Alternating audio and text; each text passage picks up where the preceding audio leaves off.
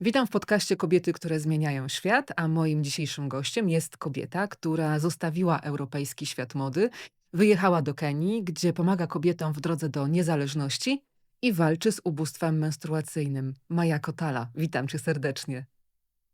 Jumbo, dziękuję bardzo, że mogę tutaj być z Tobą. Gdzie ty teraz jesteś? Gdzie cię zastałam? Łączymy się w Kenii z Mombasy, w której mieszkam już od 6 lat.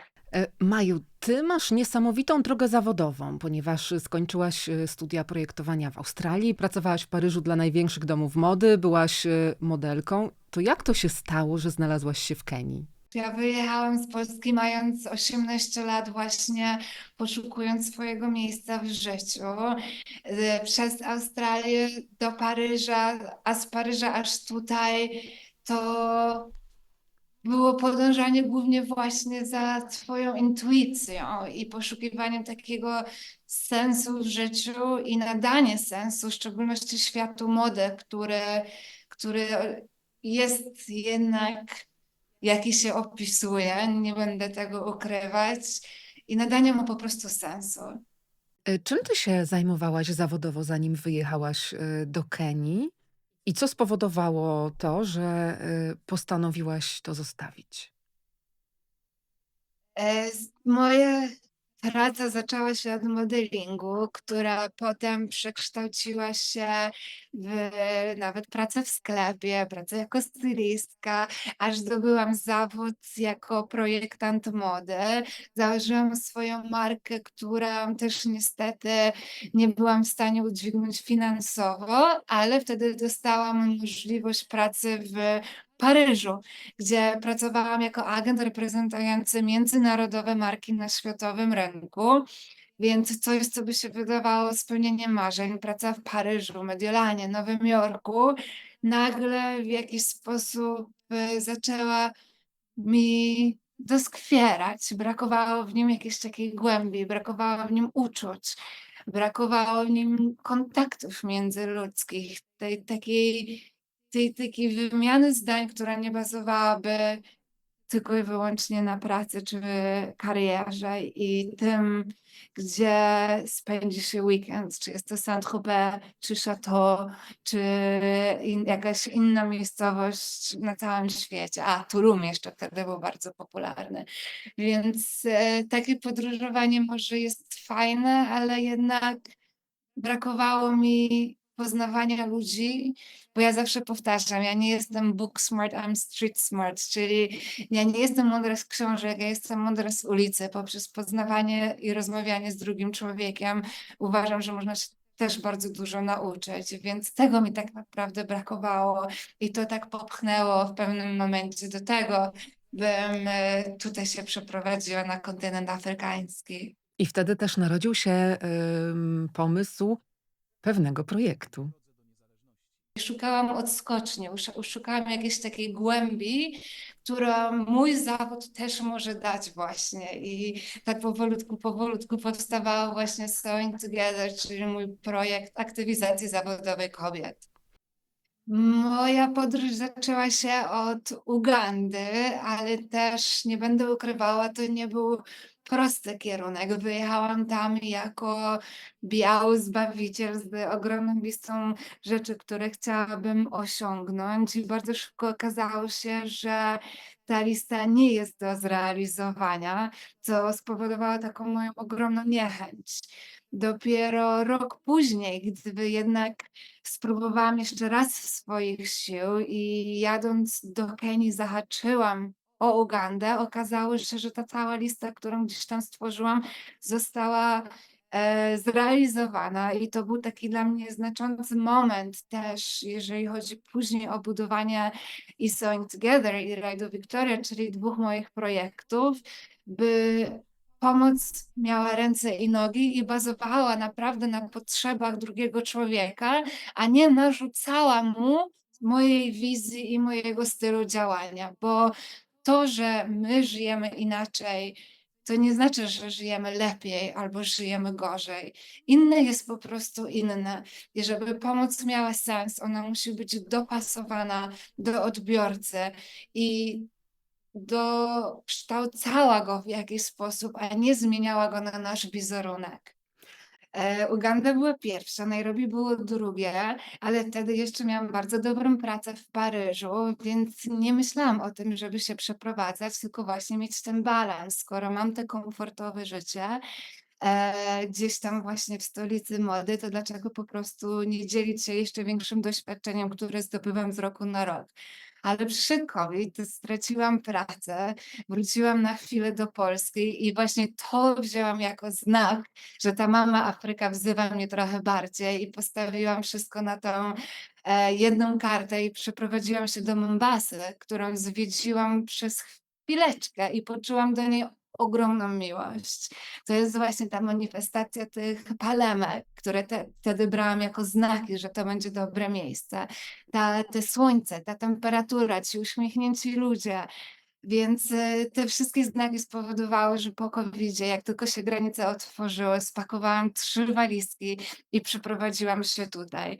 Wiem, brzmi jak magia i jakie lekkie decyzje człowiek może podejmować, ale no nie było tak. Byłam przez chwilę bezdomna, wyrzucili mnie z miejsca, w którym pracowałam, z 5 maszynami pod pachą, szukałam nowego miejsca pod szkołę, więc tych góra, dół było bardzo dużo, ale gdzieś tam ta mama Afryka zawsze czuwa, jak to dobra mama i wynagradza właśnie takie momenty. I teraz jestem w przepięknym domu, gdzie w moim dużym pokoju jest właśnie nasza szkoła z tą ogromną palmą nad moją głową codziennie rano, więc jestem ogromnie wdzięczna za to, że mogę tu być i robić to, co kocham.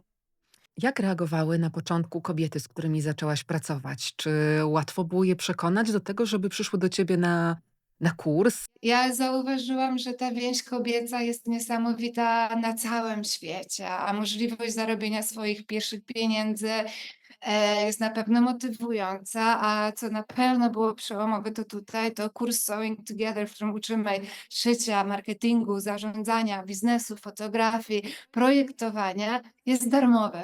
Co jest jednak rzadko spotykane tutaj w Kenii, ale też bym powiedziała na całym, kontynencie, gdyż wiele szkół działa nawet na zasadzie małego wpisowego, ale wciąż wpisowego, na które kobiety nie stać. A tu nagle materiały mają za darmo, wszystko mają za darmo. Jedyne, co mają zrobić, to pilnować czasu, bo jednak często tutaj ten czas jest dosyć dużym problemem. Też dziewczyny spóźniają się. Tak jak to się mówi, my mamy zegarki, w Afryce mają czas, ale to też się udało powoli nauczyć i teraz mam niesamowitą drużynę, która stoi za mnie murem, a ja za nimi. Jesteś w Kenii, dlaczego tam jest to tak ważne, żeby aktywizować te kobiety zawodowo? Czy to jest tak, że to mężczyźni mają pierwszeństwo do tej edukacji, a no, kobiety gdzieś tam zostają z tą możliwością na końcu, no i przede wszystkim muszą raczej zajmować się domem? Niestety tak. Mamy tutaj 2 ważne faktory, że tak jak powiedziałaś, niestety edukacja tutaj jest płatna na każdym etapie, od najmłodszego do najstarszego, więc pierwszeństwo do niej mają mężczyźni. Dziewczynki też w bardzo wczesnym wieku zaczynają pomagać mamie w gospodarstwie, przy domie i to też powoduje, że odciąga to je od nauki, więc często nie zdają przez to egzaminów. Więc rezultatem tego wszystkiego są wczesne małżeństwa, prostytucja i handel ludźmi, który właśnie łapie te niewinne dziewczyny, wyłapuje i wykorzystuje. Dlatego ta aktywizacja zawodowa, w szczególności kobiet, jest bardzo tutaj ważna, jakby stworzyć dla nich przestrzeń, by one nie tylko mogły zarobić swoje pierwsze pieniądze, ale przede wszystkim mieć swój głos, bo tego chyba tutaj też brakuje. To się powoli zmienia, aczkolwiek dziewczyny, kobiety to są te ciche, które nie mają prawa się wypowiadać, które mają być posłuszne. I ta rewolucja powoli tutaj przychodzi, ale jeszcze dużo czasu musi upłynąć, zanim ona się odbędzie. To jak reagują mężczyźni na twoją inicjatywę? No, skoro tak jak powiedziałaś, te kobiety często też tego głosu nie mają, a ty tutaj przychodzisz z takim projektem, one wychodzą, z domu, uczą się szyć, uczą się jakichś założeń biznesowych. Jak na to reagują mężczyźni? To znaczy, my kobiety zawsze mamy na to sposoby. Przecież nie trzeba mówić, że się zarabia pieniądze, tylko te pieniądze, które kobiety mają, są one właśnie dla nich. Więc trochę tu jest takiego sekretu może i tajemniczości wokół tego, co tak się dzieje w tym całym Sewing Together, ale też muszę powiedzieć, że nie wszyscy mężczyźni są na nie w tym wszystkim.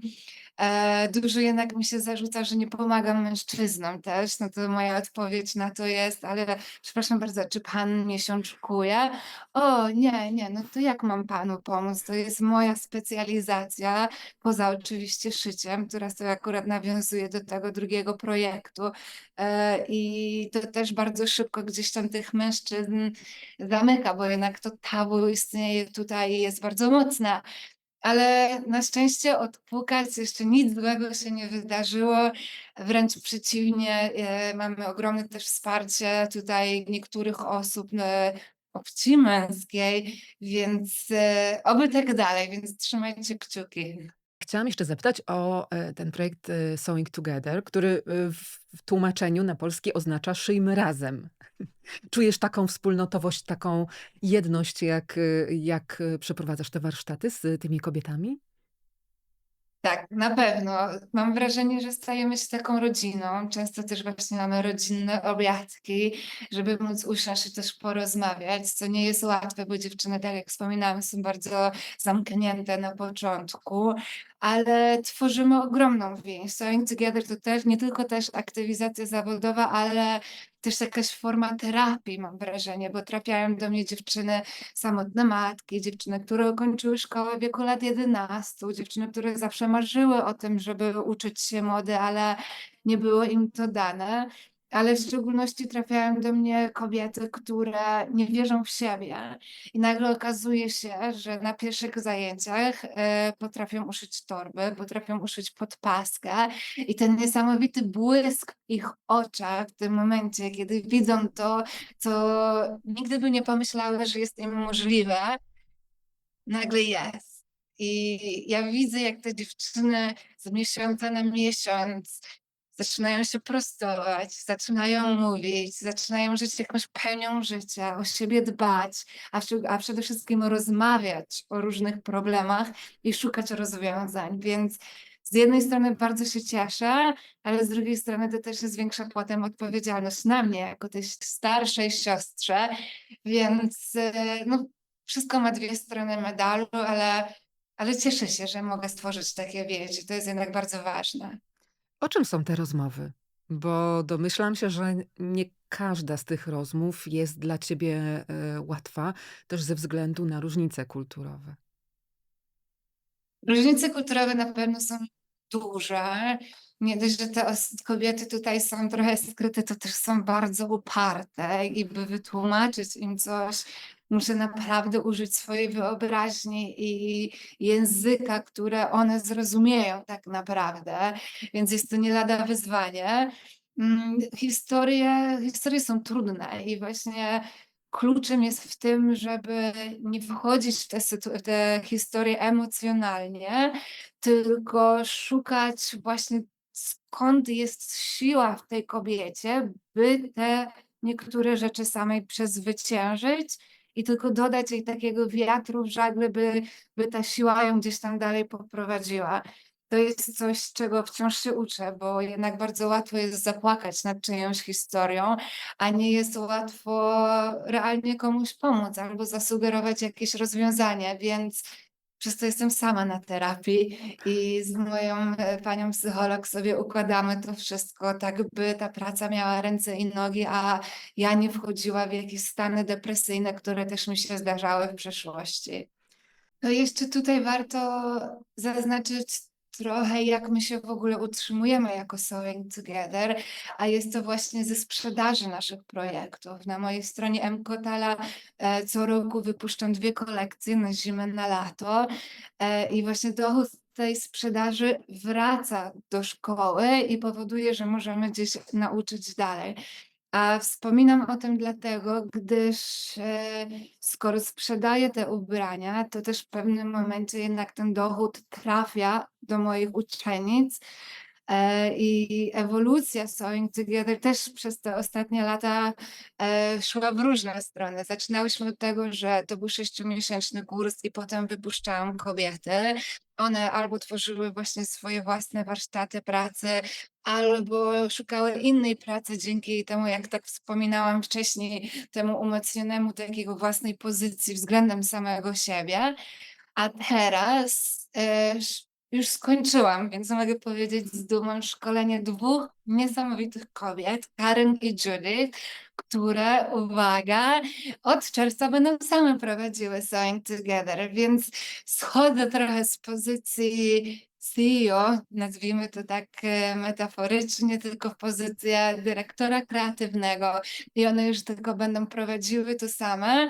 Może jeszcze musimy popracować trochę nad marketingiem, ale one poprowadzą sewing i będą nauczały dalej, więc jestem z tego ogromnie dumna, bo to było dużo, dużo pracy, ale w końcu trafiły mi się te osoby, które mogą poprowadzić ten projekt, a ja może zacznę następny. Chociaż tego już jest dużo, więc nie powinnam. Ale mimo wszystko tego ci życzę. Czyli teraz, e, Dziękuję. przekazujesz, pałeczkę, będziesz ten projekt, nadzorować. A jak właśnie z finansowaniem? W sensie, no są kolekcje, sprzedajesz ubrania, które są tam, które wspólnie projektujecie, ale czy te środki wystarczają na to, żeby utrzymać, te miejsca pracy i żeby, jakby przeprowadzać dalej te kursy? Na razie wystarcza, ale nie będę ukrywała, że od 1,5 roku, 2 lat nie weszłyśmy na wyższy poziom, więc, cały czas się zastanawiam, co by tu można zrobić było więcej, by móc dalej rozwijać to Sewing Together, bo jednak to już jest moje europejskie korzenie tutaj wychodzą, by jednak cały czas człowiek się rozwijał, rozwijał, rozwijał. Na pewno potrzebujemy funduszy na to, by zatrudnić może więcej osób, które by pomagały w Polsce, bo sprzedaż jest jednak w Polsce. Marzy mnie się też otworzenie afrykańskiej kawiarenki właśnie z naszymi też ubraniami, czyli taki concept store gdzieś w Polsce, tak by jednak móc więcej tutaj tych rzeczy sprowadzać przez nas uszytych, a dzięki temu zatrudniać też więcej osób, tak? Bo jednak teraz budżet pozwala na godny zarobek dla 2 osób, ale czy nie byłoby wspaniałe mieć 3, 4? Więc mam nadzieję, skoro teraz dziewczyny będą nauczać, za pół roku będzie więcej osób, które można zatrudnić, to też za pół roku pojawią się finansowe możliwości, zastrzyki, albo ktoś, kto tutaj teraz nas słucha, będzie miał ochotę nas wspomóc, tak byśmy mogły dalej działać. To jest to na pewno jedno z moich największych marzeń. No, mam ogromną nadzieję, że właśnie teraz, ktoś nas, słucha, kto będzie miał ochotę wesprzeć, twój projekt i to nie jeden, ponieważ, ty prowadzisz drugi projekt, walki z ubóstwem menstruacyjnym. Na jaką skalę jest to problem w Kenii i w ogóle w Afryce Środkowej? Ogromnej, na samą myśl, aż mnie ciarki przeszły, gdyż my naprawdę w tej Europie nie zdajemy sobie sprawy, jak ogromnym problemem jest ubóstwo menstruacyjne. Ono ma 2 wymiary. Pierwszy, że podpaski są bardzo drogie i wiele kobiet po prostu na to nie stać. Często taka paczka podpasek kosztuje tyle samo, co wyżywienie dla całej rodziny tego samego dnia. I nie mówię tylko o Kenii, tylko o praktycznie całej Afryce Wschodniej, w której, działamy. A drugi, wymiar jest taki, że tych podpasek po prostu nie ma. W miejscowościach, które są dalekie od miast, te podpaski tam nie dochodzą, więc, dziewczyny używają bardzo niehigienicznych form, jak liście, piasek, pióra, skóra zwierząt, tylko po to, by móc iść do pracy czy do szkoły. I znów łapię to za serce. Pewnie wiele osób tutaj zamyka oczy albo właśnie kręci głową, ale to też pokazuje, jak jest ogromny potencjał tych ludzi. potencjał tych kobiet, które właśnie w ten sposób walczą o siebie, jak one chcą iść do tej pracy, one chcą iść do tej szkoły, tylko nie do końca mają na to możliwości. Ten kontynent afrykański jest wrzucany do tego jednego wora i mówi się, że ludzie są tutaj leniwi. Mnie jednak to pokazuje, jak te kobiety jednak potrzebują tego naszego wsparcia i jak bardzo nasza praca jest jednak tutaj potrzebna, gdyż my uczymy, jak szyć podpaski wielorazowego użytku, czyli rozwiązania, które może trwać i dać im możliwość tej ulgi, choć na rok, półtorej. Kiedy pierwszy raz zdałaś sobie sprawę z tej skali problemu? Czy to była jakaś rozmowa z jakąś kobietą, dziewczynką? To się działo powoli. Odkąd przeprowadziłam się właśnie do Kenii, już słyszałam o ubóstwie. Moja znajoma też walczyła z ubóstwem na swój sposób, ale ja w ogóle nie czułam tego problemu. Potem zauważyłam, że kilka dziewczyn co miesiąc właśnie przestaje przychodzić na moje zajęcia. Tłumaczyły to tak zwanym family emergency, czyli jakimiś problemami w rodzinie. Tylko sobie zaczęłam zadawać pytanie, ile tych problemów można mieć z miesiąca na miesiąc. I dopiero potem przyznały się, że po prostu nie mają podpasek, więc dla mnie na pewno to była szokująca informacja, ale najbardziej takim przełomowym momentem było, jak ja sama wracałam z buszu i dostałam okresu i nie miałam się czym zabezpieczyć i użyłam swojej własnej skarpetki, a kto był na kontynencie afrykańskim wie, że tu nikt nie nosi skarpetek. Więc zaczęłam zadawać te pytania, które złapały te odpowiedzi, złapały mnie za serce i spowodowały, że ruszyłyśmy do boju.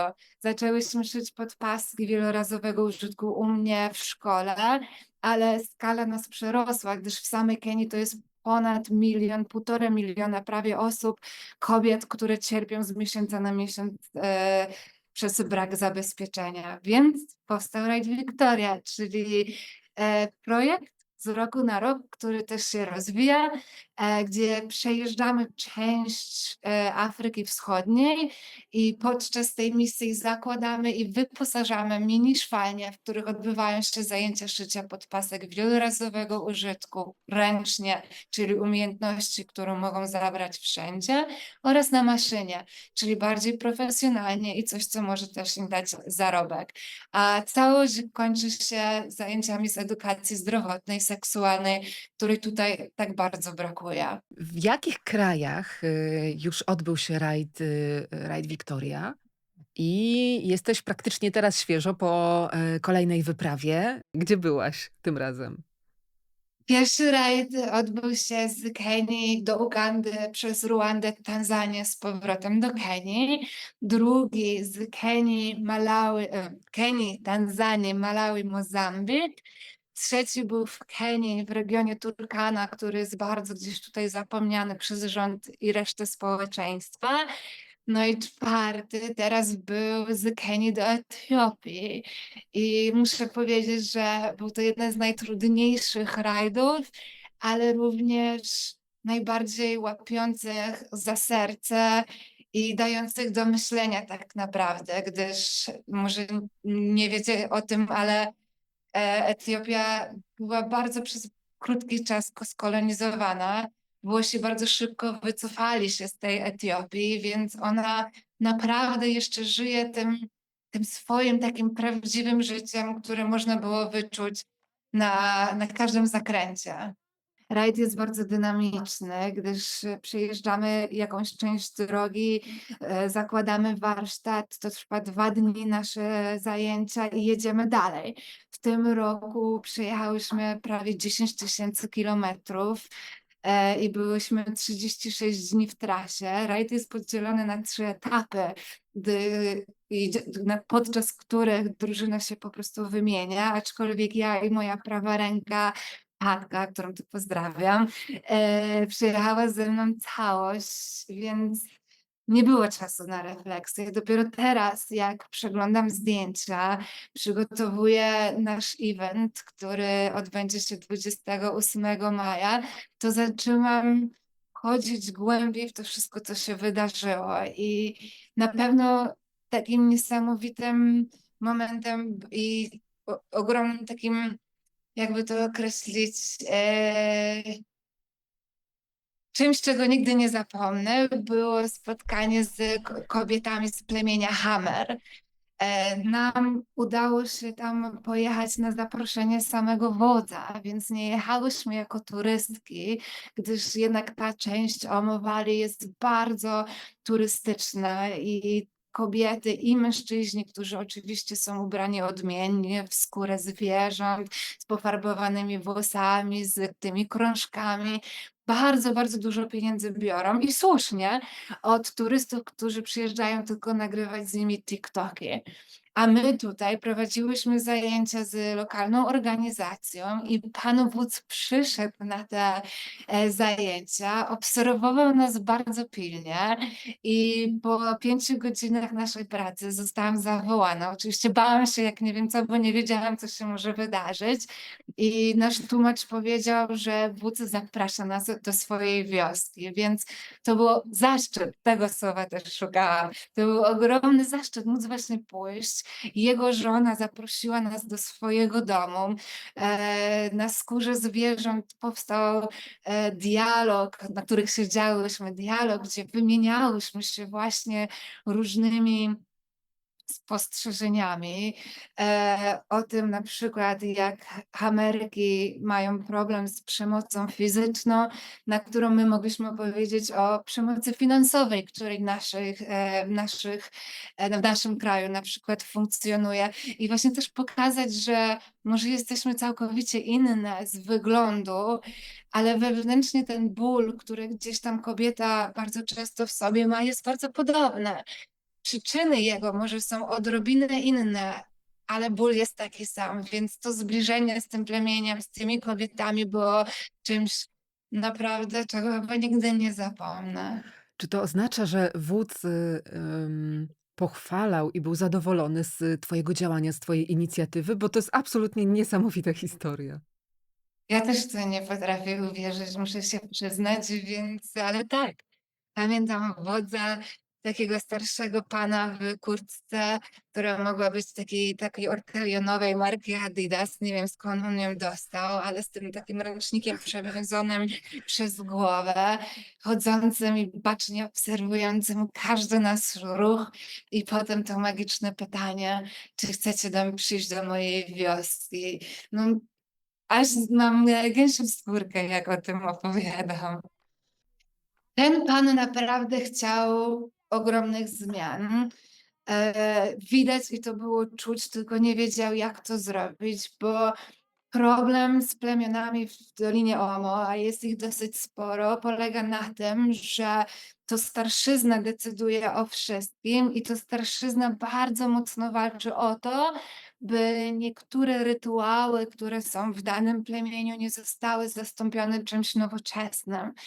I mówimy tutaj o wczesnych małżeństwach, o obrzezaniu kobiet. Nie mają też pomysłu, co zrobić, by móc zrobić to inaczej. Najbardziej takim trudnym dla mnie momentem było posłuchanie o rytuale Mingi, czyli zabijanie noworodków. Celem zabicia tych noworodków jest to, by osoby, które mieszkają w danej wiosce, były silne, czyli zabija się noworodki, które są niepełnosprawne, ale również takie, które nie zostały błogosławione przez starszyznę. Więc możesz być w związku małżeńskim, ale jeżeli starszyzna nie zgodzi się na to, że ty możesz mieć dziecko, a ty zajdziesz w ciążę, to znaczy, że twój noworodek jest przeklęty, więc trzeba niestety go zabić.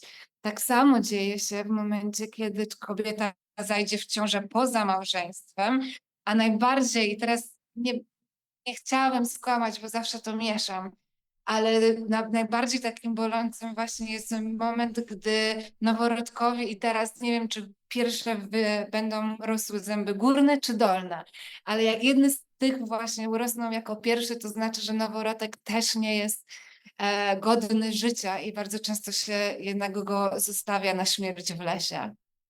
Tym bardziej jestem zaskoczona, że, mogłaś opowiadać tym kobietom o edukacji, seksualnej, ale też uczyć szyć podpaski. I teraz moje pytanie: jak te kobiety reagowały na to, co ty im mówiłaś, o czym mówiłaś i też samo szycie podpasek?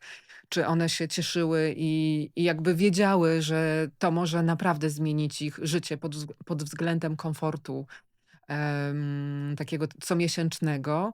No właśnie jestem ciekawa, jak one to odbierały? Żeby trochę też uogólnić tutaj, bo to jest powtarzanie we wszystkich miejscach, a założyłyśmy ich w samej Etiopii 8. Z południa praktycznie dojechałyśmy na północ pod granicę z Erytreją, a potem pod granicę z Somalią na wschodzie. Wszędzie kobiety były wdzięczne, że tam jesteśmy. W Etiopii teraz też jest ogromny problem z benzyną przez sytuację na Bliskim Wschodzie, więc podpaski już w ogóle są rzeczą luksusową, więc dziewczyny były bardzo wdzięczne i bardzo podekscytowane tym, że mogą coś uszyć dla siebie. Uwaga, mieliśmy też mężczyzn szyjących dla swoich żon, więc to też było ogromne zaskoczenie. Więc uważam, że nasza misja była udana i ich wdzięczność na pewno dodawała nam skrzydeł i powodowała, że miałyśmy chęć działać dalej. I jeszcze jedna ciekawostka. Wszystkie kobiety, które, no dobrze, może nie wszystkie, ale bardzo dużo kobiet, które jednak spotkałam, mają takie niesamowite zdolności manualne i bardzo często kobiety szyły lepiej niż my. Więc taka podpaska do uszycia nawet w domu sposobem ręcznym na pewno nie była przeszkodą, a była czymś, co mogą potem kontynuować nawet po naszym wyjeździe. Tutaj nasuwa się takie pierwsze pytanie. Skoro nie mają dostępu do podpasek, bo są drogie, to chciałam jeszcze dopytać, co one robią, żeby zdobyć te podpaski? A druga kwestia, czy ma sens w ogóle wysyłanie właśnie, nie wiem, do kraju, do Etiopii czy do Kenii, podpasek, jakby które możemy kupić i wysłać tam? Czy to ma w ogóle sens? Dziewczyny niestety poza używaniem tych niehigienicznych form próbują zdobyć te podpaski od mężczyzn, więc bardzo często dochodzi do stosunków seksualnych za paczkę podpasek. Często, w szczególności dziewczyny na uniwersytetach, wybierają pomiędzy jedzeniem na dany dzień a paczką podpasek, więc zdarza się też to, że przez 2 dni praktycznie nie jedzą. A czy jest sens wysyłania? Uważam, że nie. Kluczem dobrej pomocy jest edukacja. Kluczem dobrej pomocy jest dawanie wędki, a nie ryby. Podpaski wysyłane kiedyś się kończą, więc jest to tylko chwilowa pomoc, która potem wraca jakby do normalności. Więc edukacja i możliwość zrobienia czegoś samego jednak jest tutaj bardzo ważna. A jeszcze bardziej potwierdzę to argumentem, że jednak podpaski jednorazowe na przykład są bardzo często zakopywane w ziemi, gdyż jednak problem utylizacji jest tutaj ogromny. Te podpaski się nie rozkładają. Szacuje się, że to może być nawet 700 lat, zanim taka podpaska się rozłoży, więc możemy sobie wyobrazić, co się wydarzy, jak matka Ziemia zacznie się bronić. A kolejny aspekt, no właśnie, trzeba też rozumieć lokalne kultury. Niestety, na przykład w Kenii jest też czarna magia i przeczytałam niedawno, że osoby ze sekty wykopują taką podpaskę i na przykład na tej krwi uprawiają tą czarną magię, więc to jest właśnie ten moment, gdzie trzeba uważać, jak się tak naprawdę pomaga na kontynencie afrykańskim, by nie zaszkodzić, a wesprzeć kobiety właśnie, by były niezależne.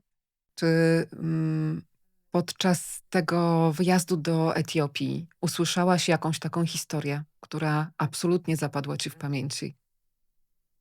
Jakąś historię kobiety, która ci opowiedziała? Poznałam kobietę, która była obrzezana, a w drodze do szkoły była zgwałcona, przez co stała się samotną matką porzuconą przez swoją rodzinę i dzięki możliwości zdobycia zawodu stanęła na nogi i miała pieniądze na to, by utrzymać swoje dziecko. O tym się ciężko mówi. Ja mam wrażenie, że to też jest bardzo, to są bardzo trudne też historie, ale uważam, że to te kobiety też w pewnym momencie powinny je zacząć opowiadać. Ja jestem może takim filtrem, tutaj trochę mogę nagłośnić te historie, ale chyba nie do końca one są moje, by je opowiadać, więc to tak ogólnie, z czym tutaj się zmierzam. A po tym, jak ona dzięki tobie, mogła się usamodzielnić, pomyślałaś: „To, co robię, ma sens”? Wydaje mi się, że ona dzięki samej sobie w tym wszystkim poradziła sobie z tym bólem, z tą traumą, właśnie dzięki tej swojej sile. Ja tylko jakby gdzieś tam dałam narzędzia do tego, e, i tak bardziej gdzieś tam widzę swoją rolę w tym wszystkim, jeżeli mam być szczera. Opowiedz jeszcze o tym rajdzie Wiktoria, bo to nie tylko ty, ale z tobą jadą wolontariuszki, też, lekarki, ginekolożki, które jeszcze bardziej wzmacniają jakby, całą tą misję swoją wiedzą, swoim doświadczeniem. Mogą się też podzielić z tymi kobietami. Jak to wygląda? Jak wygląda taki dzień takiego rajdu? Dni są bardzo intensywne. W ogóle przygotowania do rajdu zaczynają się w listopadzie, w grudniu, gdzie powoli wybieram trasę. W momencie, kiedy ta trasa już mniej więcej jest ułożona, to właśnie pojawia się przestrzeń ku temu, by nagłośnić sprawę i zapytać się, czy ktoś jest gotowy jechać ze mną. Dlaczego te kobiety mi na tyle ufają i ze mną jeżdżą? Nie mam pojęcia. Wciąż ja tego chyba nigdy nie zrozumiem, ale jestem ogromnie wdzięczna, bo bez tych kobiet rajd nie byłby rajdem. Wstajemy dosyć wcześnie. Śniadanie jednak jest najważniejsze i poranna kawka około godziny 6.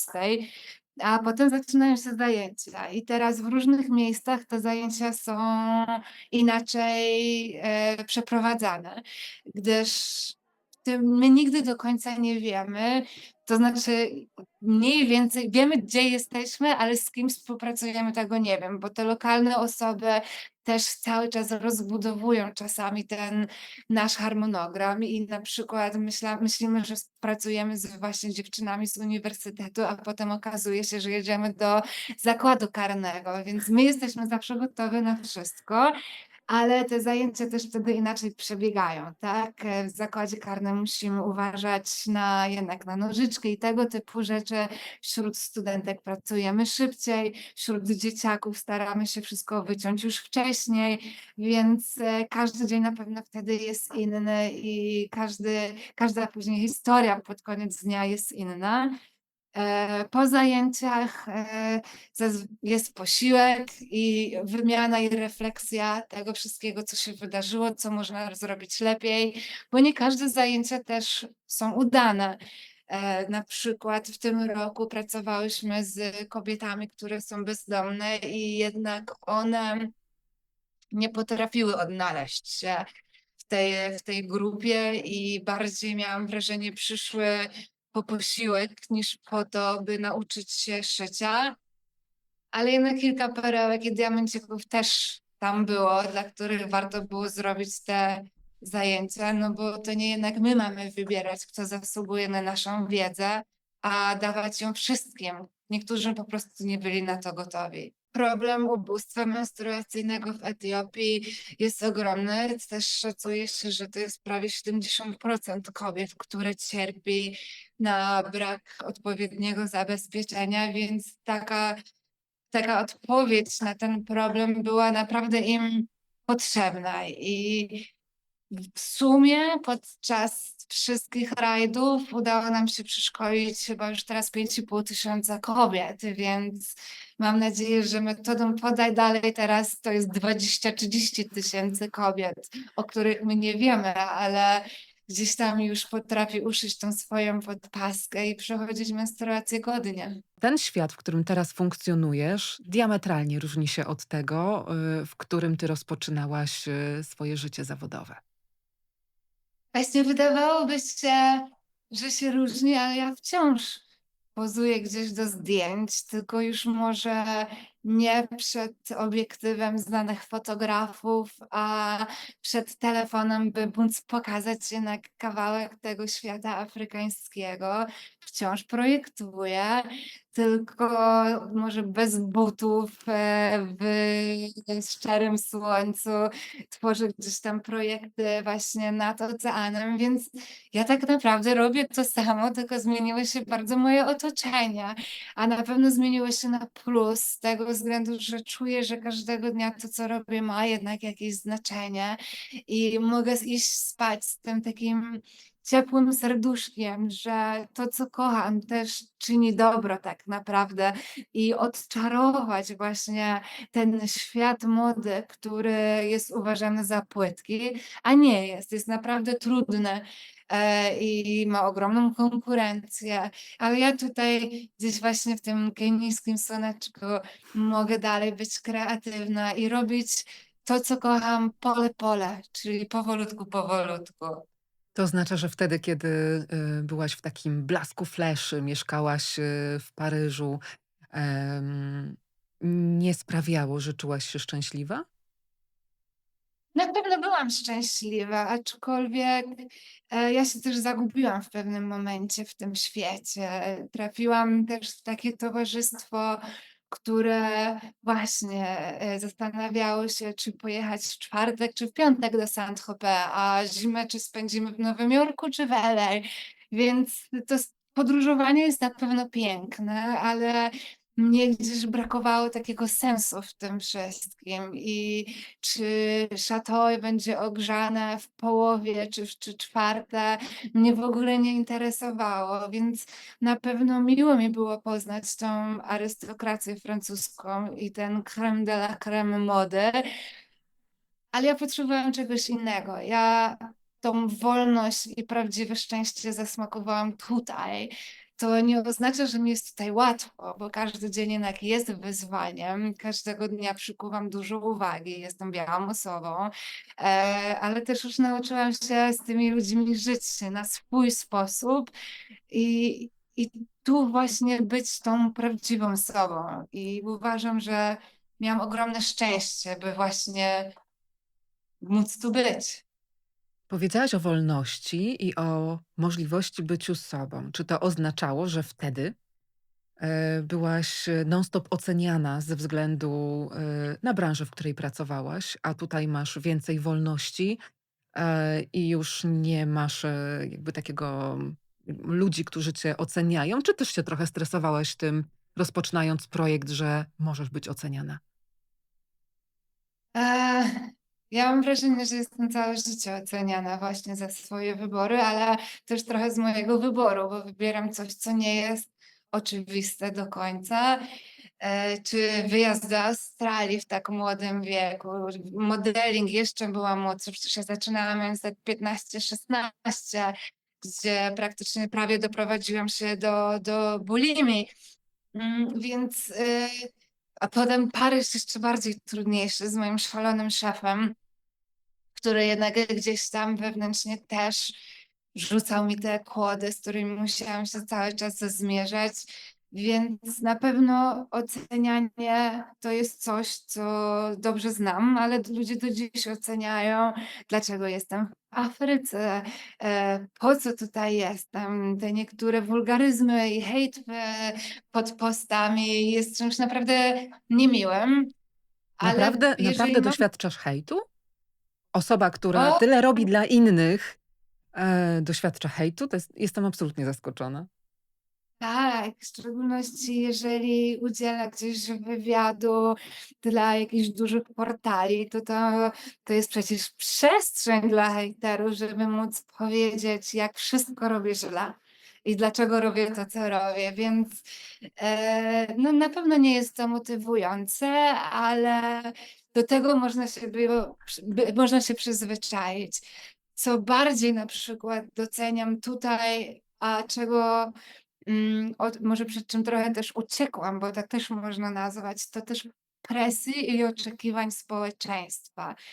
bo próbowałam się wyrwać z nich na różne sposoby, tak? Czy ten wyjazd do Australii też był takim sposobem, bo jednak styl myślenia w Polsce nie odpowiadał mi.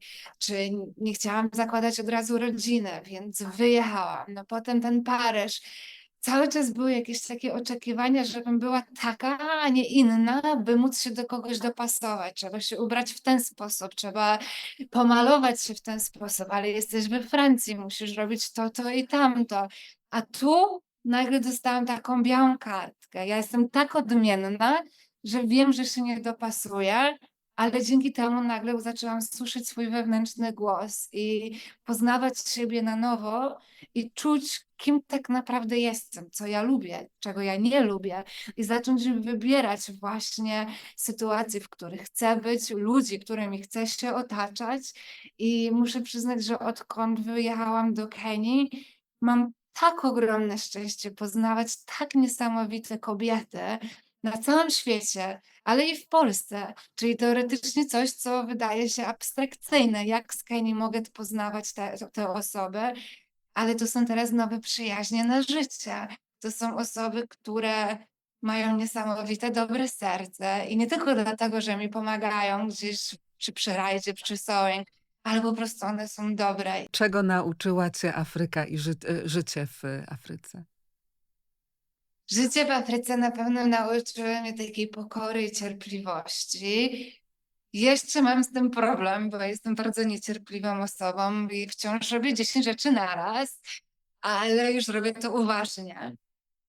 To też jest właśnie cały ten klucz Afryki, że ludzie w Europie i w Stanach, krajach pierwszego świata płacą ogromne pieniądze, by jeździć na kursy jogi, mindfulness, medytację, by uspokoić swoje życie. A taki kontynent afrykański, który uważamy za biedny i zacofany, właśnie tak żyje. Więc to jest coś, co na pewno tutaj każdego dnia jestem w stanie doświadczyć, że ludzie, mimo tego, że mają bardzo mało, ale się zawsze uśmiechają, powiedzą ci dzień dobry, pozdrowią cię, jeżeli będziesz chciała, to nawet cię zagadają, wypytają cię o całą rodzinę i człowiek tutaj nie czuje się samotny, przynajmniej na zewnątrz. A my to trochę gubimy jednak w Europie w tym całym pędzie. A ty nie czujesz się samotna? Czuję bardzo często, ale to trochę też mojej pracy teraz wymaga, by tworzyć te więzi w kraju, w którym jednak jestem stara. Bo dziewczyny w moim wieku mają przecież po kilka dzieci, jednak tutaj wcześniej wychodzi się za mąż, więc trochę nie pasuje do tych lokalnych norm. Ale wszystko się może zmienić, więc manifestuję rodzinę, więc może wkrótce. Większość moich decyzji życiowych polegają na mojej intuicji.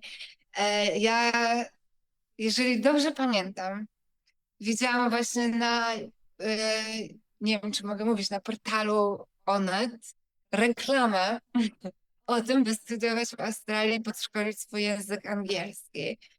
I poczułam to od razu, że to jest coś, co ja chcę właśnie zrobić. Ja chcę wyjechać, podszkolić swój angielski, tak zwany gap year. To się powoli zaczynało robić popularne wtedy. I miałam ogromne szczęście, że moi rodzice się na to zgodzili. O tak, bo A każdy o tym marzył, pamiętam, żeby tak, pojechać na taki gap year albo work and travel. tak, to jest dokładnie to. Więc rodzice się zgodzili i wyjeżdżając miałam nadzieję, że odnajdę to swoje wtedy miejsce i może, że tam odkryję, co chcę studiować, ale tam machali na mnie ręką, mówili, dobra, dobrze, wrócisz po tych 6 miesiącach i zobaczysz. No ale co, w 5. miesiącu robiłam, poza nauką angielskiego, robiłam pokaz dla szkoły projektowania mody i tak się zachwyciłam tym, już moda jednak no, wcześniej gdzieś poruszyła, ale to był taki ogromny moment, gdzie myślałam sobie, to jest coś, co chcę robić. I Skracając tę historię, podsłyszał to fotograf, który powiedział to panu dyrektorowi, który zaprosił mnie na ten swój dywanik, zobaczył portfolio, które przygotowałam specjalnie na tę okazję, którego teraz już nikomu nie pokażę i mam nadzieję, że ono już jest zgubione i nikt nigdy go nie znajdzie, bo nie mam pojęcia, gdzie jest i bardzo dobrze. E, ale wtedy właśnie padło to magiczne pytanie, czy chcę studiować w tej szkole. Telefon do rodziców, ustalanie, jak będziemy w ogóle tą szkołę opłacać. I dopiero potem się okazało, że do tej szkoły normalnie jest 3 dni egzaminów, a ja nie zdawałam żadnych, a jeszcze nawet igła i nitka nie mówiłam. To właśnie pan dyrektor Nikolas jeszcze powiedział, no bo mi nawet nie było stać na dodatkowy jakiś kurs albo egzamin, który by potwierdzał, że jednak mój angielski jest wystarczająco dobry, żeby być na tym uniwersytecie czy koledżu.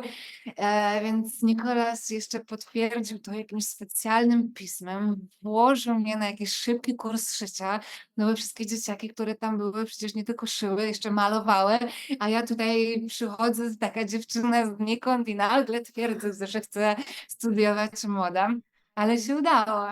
Ze 4 klas zostało 1,5, a ja byłam jej częścią. Nie byłam może najlepszym uczniem, bo cały czas gdzieś tam balansowałam pracę, by móc sobie opłacić te studia. No, ale się udało i no, czuję się dumna. To jest chyba też taki moment, że właśnie można to tak powiedzieć, że jednak te osiągnięcia były po coś i to był też początek tego, co robię tutaj, tak? Bo pan Nicholas Huxley odmienił moje życie, a ja staram się w ten sam sposób to przekazać dalej. Ja nie ukrywam już, że jak o tym wszystkim opowiadam, właśnie to też jest fajne, dlatego dziękuję tobie, że mnie tutaj zaprosiłaś, bo to są właśnie takie momenty, gdzie mogę się zatrzymać i połączyć te wszystkie fakty ze sobą. I nie ukrywam, aż mi się łezka w oku zakręciła, gdy sobie tak uzmysłowiłam, jakie to życie po prostu potrafi być przewrotne, ale też jaką my ludzie mamy też siłę, żeby powstać, bo to nie było tak, że ja się przeprowadziłam tu, przeprowadziłam tam i ktoś mi nosił bagaże, tak? To były moje małe tragedie, jak musiałam wrócić do Polski, bo straciłam pracę w Paryżu, jak musiałam się nagle przeprowadzać do Paryża, gdzie nie mówiłam w ogóle w języku francuskim, ale nagle to się wszystko połączyło w taką piękną całość i mam możliwość opowiedzenia tutaj i rozmowy z tobą, za co bardzo dziękuję. To I ja tak, dziękuję, że dzielisz się swoją historią. pomaganie jest fajne i pomaganie też można na różne sposoby. Pomagać można na różne sposoby. Czasami to jest po prostu wiadomość do drugiego człowieka: hej, myślę o tobie, robisz fajną robotę. I to może też sprawić naprawdę ogromne cuda, bo ta osoba, która otrzyma tą wiadomość, może dzięki temu działać dalej. I do tego też zachęcam. Większość osób romantyzuje pomaganie, a to jest bardzo ciężka praca, o czym też mówisz i wspominałaś również o terapii, bo to jest jednak bardzo mocno obciążające wszystkie historie, które słuchasz, jakby wszystkie sytuacje, które widzisz. To jest jakby trudne do przerobienia, to jest coś, czego nikt nie widzi i ty pokazujesz tylko tą stronę pomocową i mobilizujesz innych do pomocy, a właśnie sama o sobie zapominasz? Ja bardzo często o sobie zapominam, bo wypracowałam sobie taki system, który pozwala mi robić dużo, aż do momentu, aż coś mnie nie zatrzyma.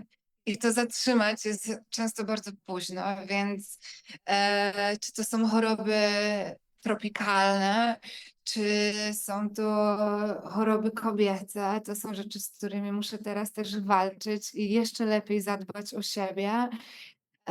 Ale też właśnie, no może nie choroby psychiczne, ale na pewno muszę też nad tym pracować, gdyż przed wyjazdem do Etiopii, na północy Etiopii wybuchła wojna i ja byłam gotowa na nią jechać, bo przecież tam kobiety najbardziej nas potrzebują. No ale nikt nie chciał ze mną pojechać, więc nie doszło do tego, a jednak potrzebuję ludzi do pomocy. Skąd ty bierzesz tą siłę i odwagę do tego działania? Czy to jest odwaga, czy to jest lekkie szaleństwo? O, to jest też dobre pytanie.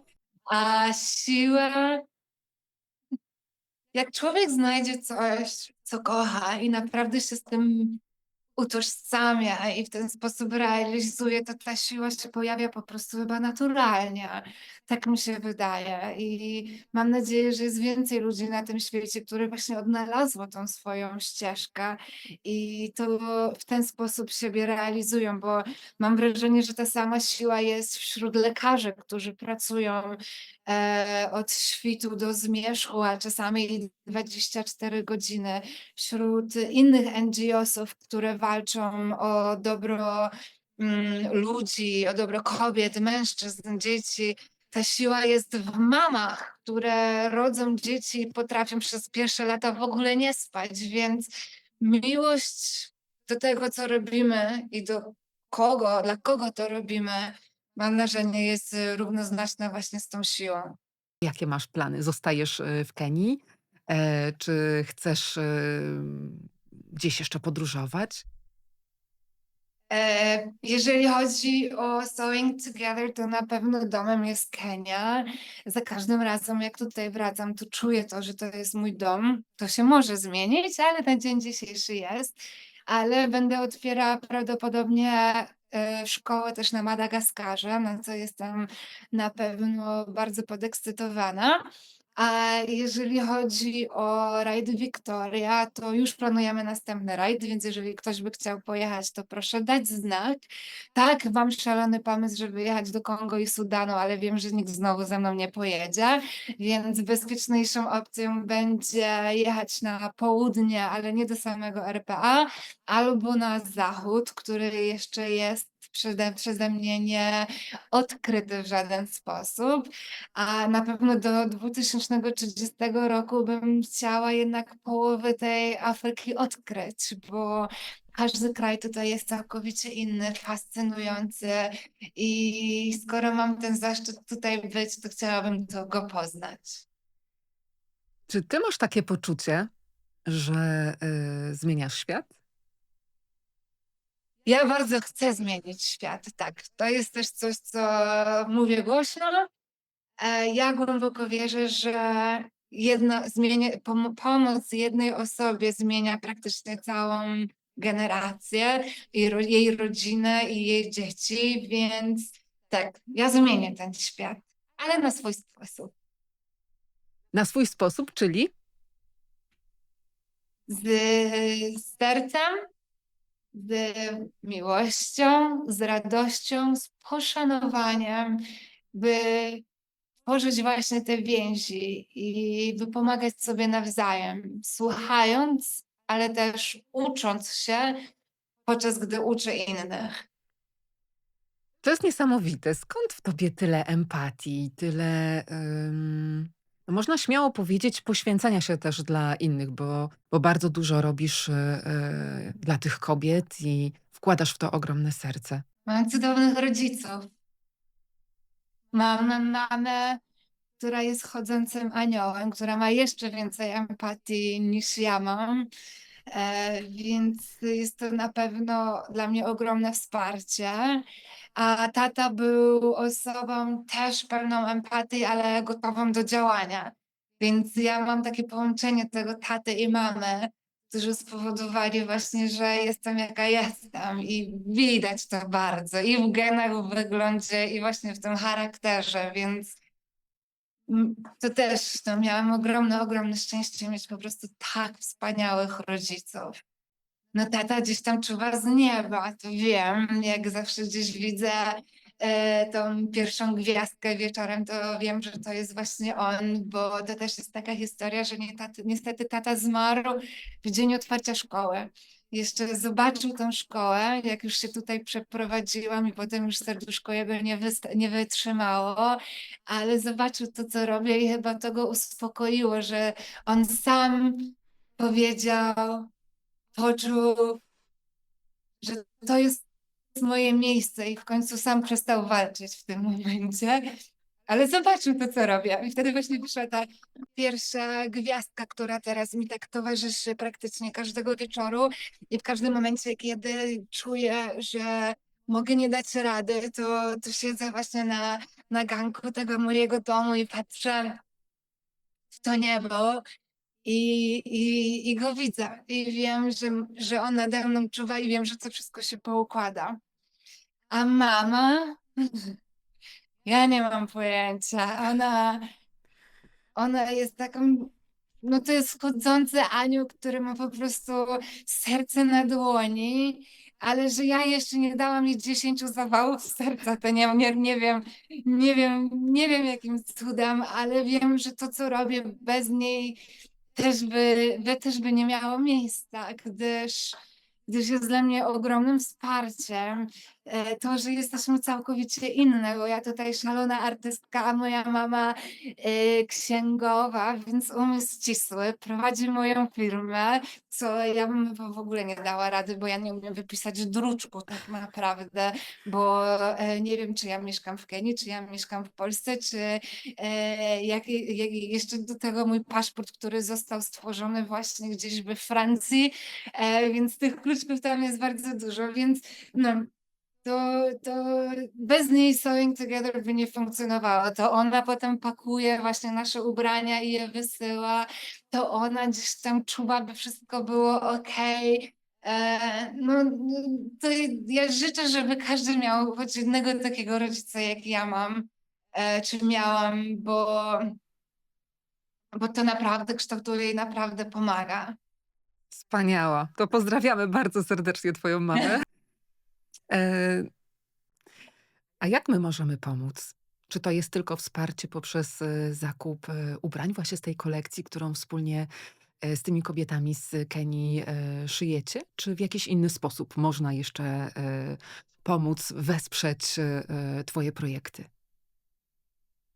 Zachęcam w odwiedziny na stronę mkotala.com. Są różne formy pomocy. Zakup naszej kolekcji jak najbardziej. Jest też całoroczna zrzutka, na którą można cyklicznie wpłacać pieniądze. Jest też sekcja wolontariusza, jakby ktoś chciał przyjechać do Kenii i nas wesprzeć tutaj na miejscu, ale też sekcja na przykład dla wolontariuszy w Polsce, bo tak jak mówię, nie każdy musi jechać do Afryki, by pomagać Afryce. Każdy musi znaleźć tą swoją ścieżkę i na stronie jest to wszystko właśnie pokazane. A kto jest w Warszawie 28 maja albo ma chwilę wolnego i chce do nas przyjechać, na pewno będzie warto. To będzie mała Afryka w Warszawie, to mogę obiecać. E, Maja, czy ty miałaś kiedyś chwilę zwątpienia? A ile razy się już pakowałam i stąd wyjeżdżałam? No pewnie, że tak. No niestety tych chwil jest bardzo, bardzo dużo.